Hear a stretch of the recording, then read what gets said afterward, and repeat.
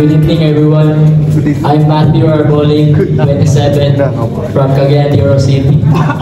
I'm a fitness trainer and an athlete. Thank you. Matthew is a familiar personality. Parang ito ata yung yung zero daw ng mga judges. Pero alam niyo na ha, bawal yung zero. Ha? Bawal ang zero dito, okay? Sige. Matthew, if I'm not mistaken, current candidate ka ngayon ng Mr. Cagayan de Oro. Yes, my recent pageant po is Mr. Cagayan de Oro. Held at Lemkitkai Atrium last August 18 po. So tapos na? Yes, tapos na. Nanalo ka ba? Hindi. Si Nero daw kasi siya nung isang year. Nazero yung character ko. Sige, indulge natin ang crowd natin. Kasi nakikita ko naman sa mga media pages natin sa pageantry.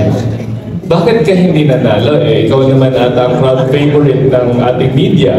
And by criteria, ikaw naman ang pinaka well fit doon sa mga nandun. Sana naging fair naman sila. Pero we're curious bakit ka nag-join sa Mr. Grand Philippines. Madami namang ibang pageant.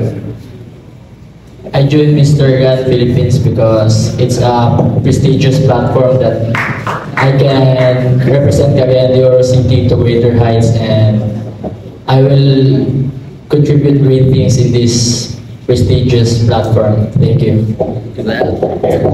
Patas naman kami dito. Wala naman magbibigay ng zero dito sa'yo. Thank you. Baka sa ibang judges. Next question.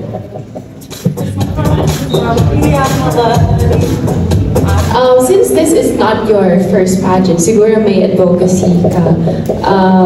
Can you share that with us and tell us kung anong ginawa mo before with in regards to your advocacy to raise that awareness? Thank you.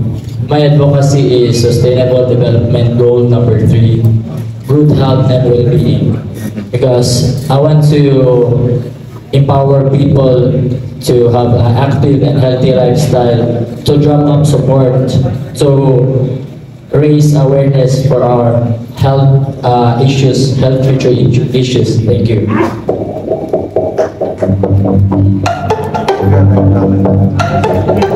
Can you share something just to show your personality or your hobbies mo, your passions mo, yung fun side mo? I'm so sporty person. I love playing sports, especially basketball, because I'm a varsity player and I love to explore in more on high adrenaline activities. That's all. Thank you. Do you have a talent that you could share with us today?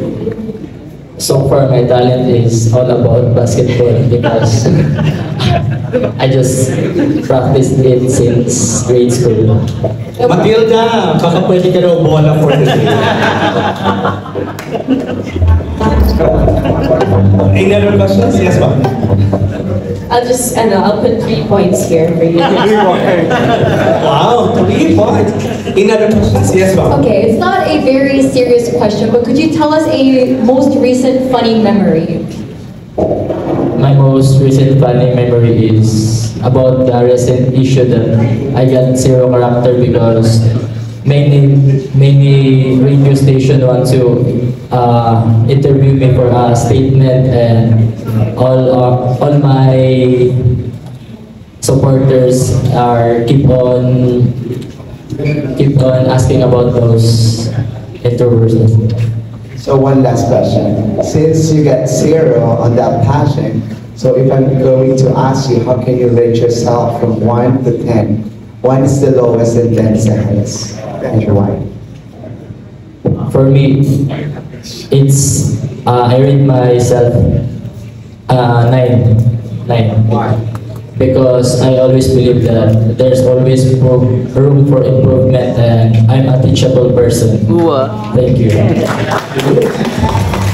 Thank you. Matthew, tama ba yung zero sa character? Yung binigyan ka ng 0 sa character part? Yes, sa Tore naman ng 0 na character. Ano? Okay. Sige. Thank you so much, Matthew. We'll see you again later. Thank you.